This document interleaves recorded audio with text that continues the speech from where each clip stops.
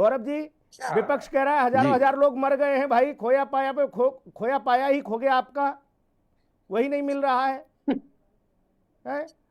और अब तो 144 साल बाद है जो आपने प्रचार प्रसार किया, उस पर भी सवाल है कि ऐसा कहीं कुछ नहीं है। सुनील जी, पहले इनके आंकड़ों पर जवाब दे दें।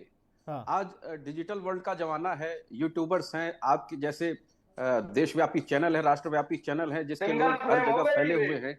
यदि कोई भी ऐसा व्यक्ति जिसकी दुखद मृत्यु हुई हो और उसको ये टीवी चैनल्स या और भी संसाधनों से नहीं खोजा जा सकता है, तो ये विपक्ष के लोग उनको क्यों नहीं उजागर करते हैं मीडिया के सामने? उसमें ये विफल हैं। नंबर 1, उसकी संख्या या उसके संबंधित उनके रिश्तेदार, उनके परिवारों को ये कभी मीडिया के सामने ला नहीं पाया आज तक।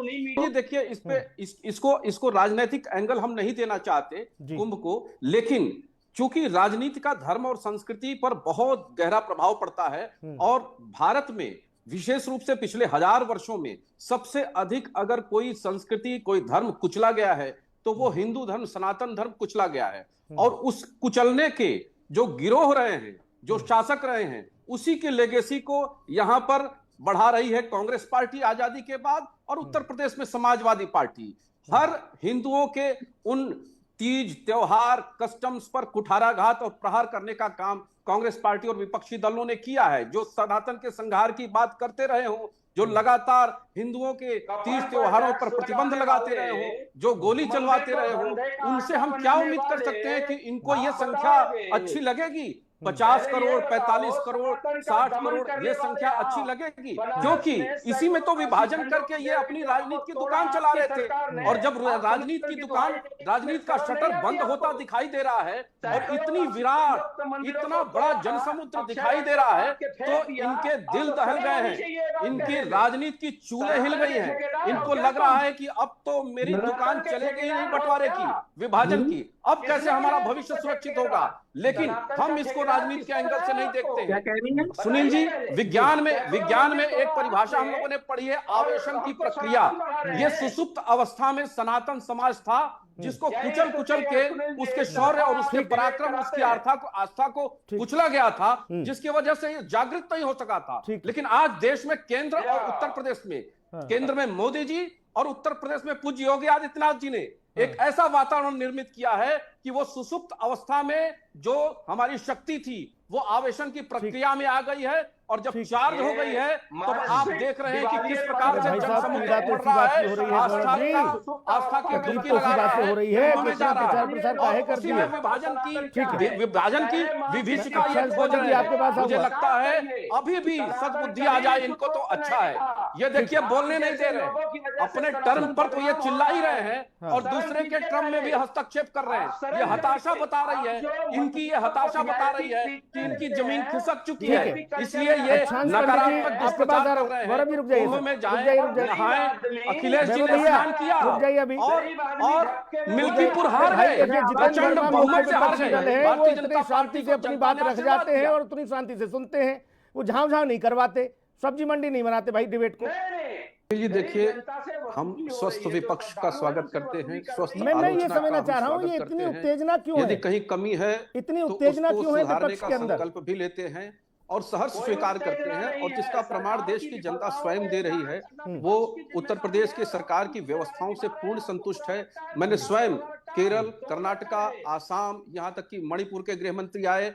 कोई ऐसा प्रदेश नहीं है जिस प्रदेश की गाड़ियां आज 100-100, 150 किलोमीटर दूर तक दिखाई न दे रही हूं। ये बात सही है कि गाड़ियों का लंबा रेला है, लेकिन उनके पार्किंग का प्रबंध है, शहरों को अंदर प्रवेश न करने का जो एक ट्रैफिक डाइवर्जन की व्यवस्था की गई है सरकार के द्वारा, वहां लोकल जो ट्रैफिक की व्यवस्था है वो उनको कैटर कर रहे हैं। कहीं इस तरह के अफरा तफरी का माहौल नहीं है। दुर्भाग्य तो तब होता है जब विपक्ष गलत मिसपरसेप्शन और गलत भ्रामक सूचनाएं प्रसारित करता है और ठीक करा लिया कुंभ जैसे महान पर्व को भी कलंकित करने का काम करता है और गलत तरीके से गलत आंकड़े प्रस्तुत करता है। उसका हम विरोध करते हैं। इनको बहुत आंकड़े की चिंता है। 1953 में जितने साधु और जितने श्रद्धालु मरे थे नेहरू जी के स्टैंपेड में, नेहरू जी के आने की वजह से, उसका आंकड़ा पहले ये घोषित करें कितना आंकड़ा था उस समय।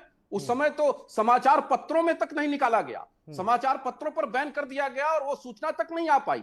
सरयू नदी लाल हो गई, उसकी सूचना तक उस समय की तत्कालीन सरकार नहीं दे पाई कि कितने श्रद्धालु जो है कार सेवकों को मार दिया गया। ये उस तरह के लोग हैं जो सनातन के संघार पर जिनकी राजनीति खड़ी थी, आज वो सनातन उठ खड़ा हुआ है तो कुंभ से इनको कपकपी होने लगी है। ये समस्या इनकी है, लेकिन ज्यादा ये लोग स्वस्थ आलोचना नहीं ज्यादा करेंगे, लोग पहुंच रहे हैं, ये दुष्प्रचार समस्या है करेंगे, विपक्ष को। भ्रामक सूचनाएं फैलाएंगे और उसमें अपने लिए खतरनाक राजनीति का रास्ता खोजेंगे। लेकिन देश की जनता इतनी समझदार है, इतनी सजग है कि इनके बहकावे में नहीं आ रही है, बल्कि उस घटना के बाद जन सैलाब और उमड़ पाया और उमड़ गया। यहां तक कि सही बात है, घंटों घंटों लोग जाम में हैं, लेकिन वापस जाने के लिए तैयार नहीं है। लोगों की आस्था है कि नहीं, कुंभ में एक डुबकी लगाएं। और रही 144 साल वाली जहां तक बात है, आप देख लीजिए, सूर्य की 12 राशियां और 12 को 12 से गुणा करेंगे तो 144 आएगा। जन्मदिन कोई क्यों मनाता है? कौन सा ऐसा मुहूर्त है उस दिन व्यक्ति का जन्म पड़ता है। उन 12 राशियों का अगर एनिवर्सरी 144 साल के बाद आ रहा है तो कोई व्यक्ति अपनी आस्था क्यों न जोड़े उससे, और क्यों न उसका प्रचार किया जाए? आप ये बताइए, यानी कि हिंदू धर्म में, सनातन धर्म में अगर कोई विशेष मुहूर्त आ रहा है, उस पर भी कुठाराघात करने का, उसको भी कुचलने का काम विपक्ष कर रहा है। इस तरह की मानसिकता, की दारिद्र्य मानसिकता से टिप्पणी चाहूंगा गुजर रहा है। मुझे बाकी बहुत किसी धर्म का कोई भी कितना भी बड़ा आयोजन हो या कुछ भी रहे, उस पर कहीं कभी कोई टिप्पणी नहीं होती है। हिंदू और सनातन, लेकिन सनातनी आस्था का कुछ भी अगर कार्य और टिप्पणियां ऐसी नहीं, राजनीतिक दल तो यहां तक अब उतर आए, कोई रामायण को जला रहा था, रामचरितमानस को पन्ने फाड़ रहा था, कोई दोहाओं पे प्रश्न उठा रहा था। ऐसी स्थिति पैदा कर दी। आज कहा जा रहा है कि गलत प्रचार कर दिया महाकुंभ का।